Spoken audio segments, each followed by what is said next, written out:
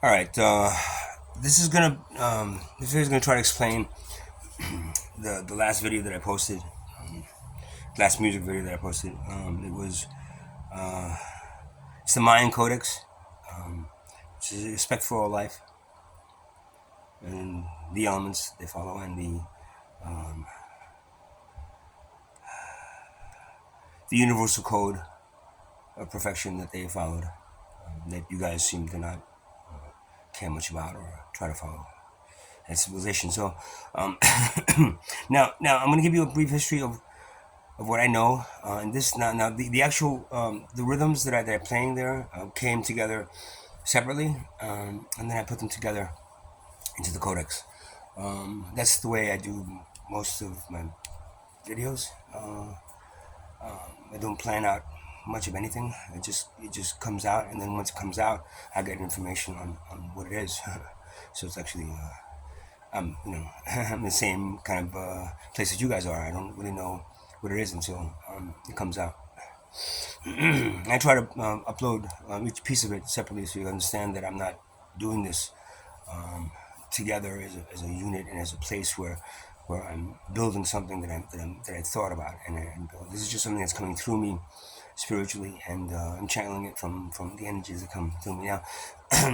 Now, I said this. I want to brief history of how what the Mayan and the Aztec and the Toltec and the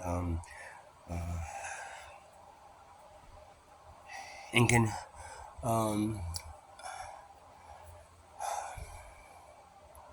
civilizations emerged from an original Mesoamerican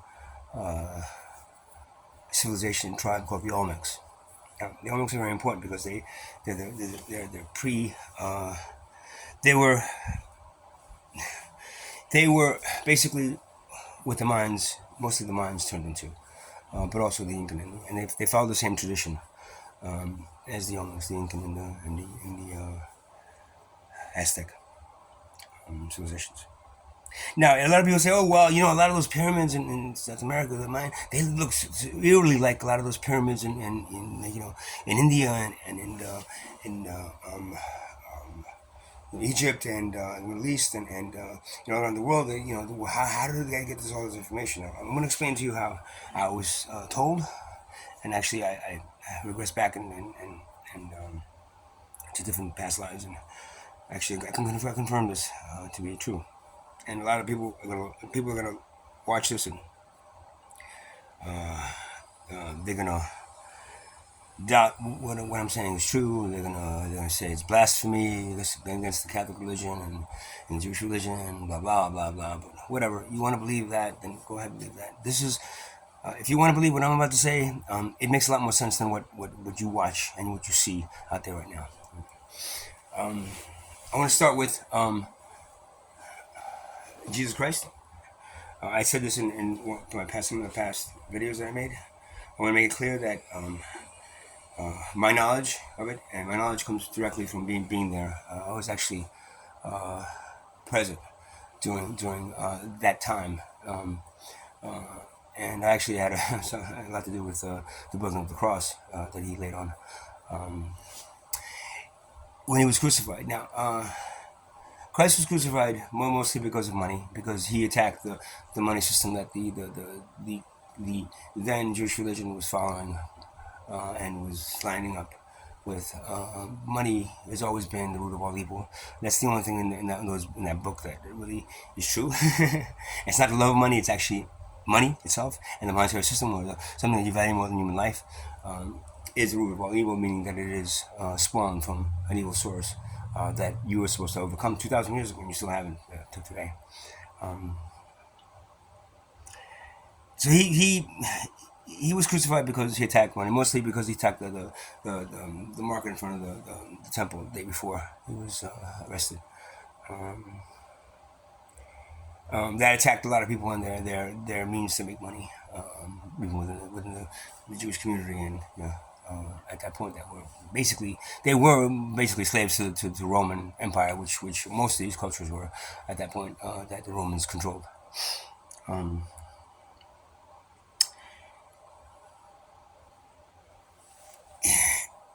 Jesus and the concept of Christ, it's very different than what you believe it to be. He was a very he was an ascended soul. Um, he came down here to actually try to enlighten um, human beings and people that followed you know some kind of religion back then. Enlightened to the point where they understood more of what was happening, and even back then, well, there was a wealth class that controlled everything, and still to this day, they had the military, they had the power, they had everything that would put them in a place and it was always money or what they considered money, it was just what they considered valuable things, and put them in that place of power.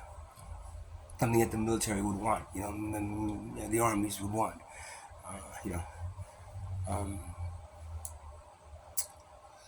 So he was crucified because of that. He chose greed over spirituality at that point. Thing of it is, he didn't die on that cross, as it was said.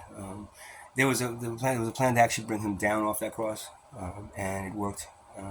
And the guy and they put somebody else up there. That person was dying of leprosy anyway, so he was going to be dead in a few months anyway. So he agreed to do that and become the body of Jesus Christ dying on that cross.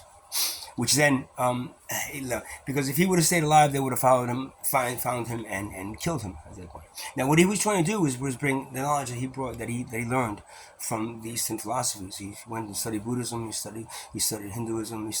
He was part of the Asian culture, and he went around trying to understand what they believed in, and basically because he knew that the reincarnation was the correct path, and there was no heaven and hell, since we're so he was trying to explain that, and the Jewish people just didn't want to hear it. It was against their traditional books of what they believed in, and it attacked them. So they turned around and crucified him. Now he escaped unharmed with Mary Magdalena, which in the books you call they were labeling her as a prostitute, and she really wasn't. She was just a woman, a woman that cared for him, and I guess they had to attack her because there's no way they could have said that Jesus, Son of God, that was down here to crucified, had kids and actually had children, and was married, which he was later on. He fled after doing these kind of things, where after he brought down the cross, they went to each one of the disciples, some of them, the ones that wrote the books, and explained to them what they needed to write, except the fact that they couldn't talk about reincarnation. They couldn't talk about, so they called it resurrection instead. They couldn't talk about a plan of souls coming here to learn and go and then leaving karma. All the stuff that he learned, through which he knew himself being as in the soul, but he didn't know to what extent he was that was in the soul. They were calling him the son of God, but he never said he was the son of God. He said we're all the children of God. That knowledge didn't take here. Didn't want to. The Jewish people didn't want to accept that there was no other religion out there. There was a lot of different forms of Judaism that was popping up here and there, but none of them would accept the fact that they were, because then it wouldn't be no longer the Jewish religion. It would be a product of the Eastern philosophies, of mostly Buddhism. And that would go against their might as well just be Buddhist if we're gonna practice the Buddhist religion. So that's how his plan, or the plan that was supposed to happen there, was was squashed. So after doing a few little surprise show ups, disciples, the people that were the inner group of the core people of that disciples that actually formed the cross and arranged for him to leave.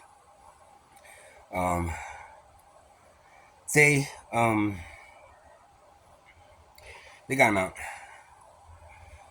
Him and Mary went on a boat, and through, I guess, the will of the angels and whatever else, the spirits and the spirit guides that he had helping him, made his way to South America. What we consider South America now, but back then it was just another continent. There he was greeted by the Olmecs, which are the pre-Mayan and pre-Incan and pre-Aztec civilization that a lot of these three civilizations, adapted a lot of their beliefs and what they believed. He was welcomed by the Olmecs, being this man coming in from the on the boat in the water with a white beard and hair and long hair, and this other woman coming in. And what they did was that they started explaining to them. He picked up the language pretty quickly. He was very good at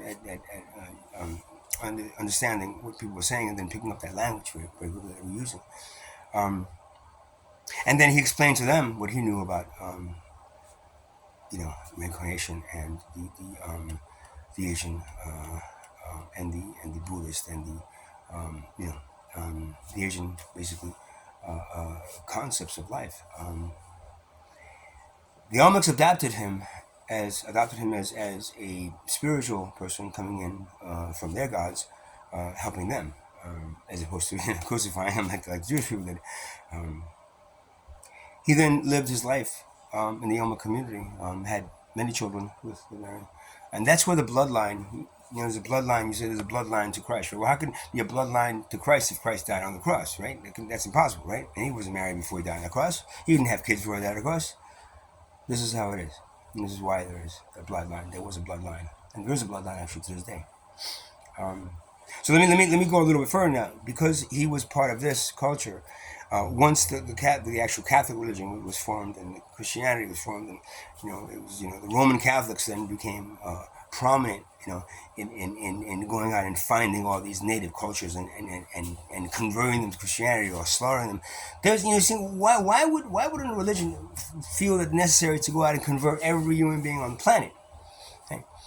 Well, now you understand why the conquistadors, the Spanish, went to South America and slaughtered and tried to slaughter and took over all these. It wasn't just for the gold, it wasn't just for the things that they wanted to take from this culture, and including the land, South America. It was on a pilgrimage, or what I guess a crusade from the Catholic Church, because the Catholics knew. They squashed a lot of the texts that told the truth about what happened to Christ. They squashed them because they wanted to carry a religion that would manipulate and control people. And the only way you can do that is if you tell them something that's going to bring them in. If you tell them that Christ is in South America, and he ended up he ended up having a whole bunch of kids, and they're not gonna follow the religion anymore. What do you mean? I thought he died on the cross for us. All that was put together to make people, maybe an opiate for the people. So all that was squashed, and they knew that Christ did not die on the cross. They knew he got away. They just didn't know where. But they knew through their own sources that he ended up going to some tribal cultures and then explaining the things that he wanted to explain to and make understand the Jewish people and the Jewish religion and any other religion, just any religion that wanted to accept what he knew was right. And that's what brought on the crusade to slaughter. And the Inquisition just slaughter native cultures all around the world, or convert them to Christianity, or kill them, because they're not. God doesn't want them. If they're not following the word of Jesus Christ, then kill them. The Catholic Church knew that's what they sold the Spaniards and the Italians and all these cultures to go out there and do. But it wasn't. It was really like they knew. The reason they were doing that was to find the bloodline of Christ and make sure that bloodline was taken care of and killed.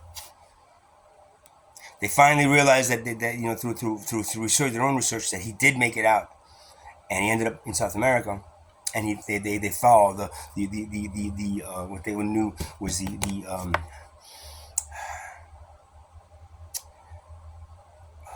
the advancement or the continuation of his. Christ ended up dying in Olmec, in noble culture, and then his children lived on, going out and becoming part of these different South American, Mesoamerican cultures. So the Spaniards, the conquistadors, were their main goal was to go out there and slaughter them to make sure that any bloodline to Christ was cut down, cut, removed. You have the feathered serpent um, that is the god, right? Or the deity, the supreme deity of both the Mayan and the I think it's Kukulkan for the Mayan and Quetzalcoatl for the Incan or the Aztec. I'm sure which one of the two. That feathered serpent represents that man coming from the ocean. Serpent, white man with a beard, feathers around his face.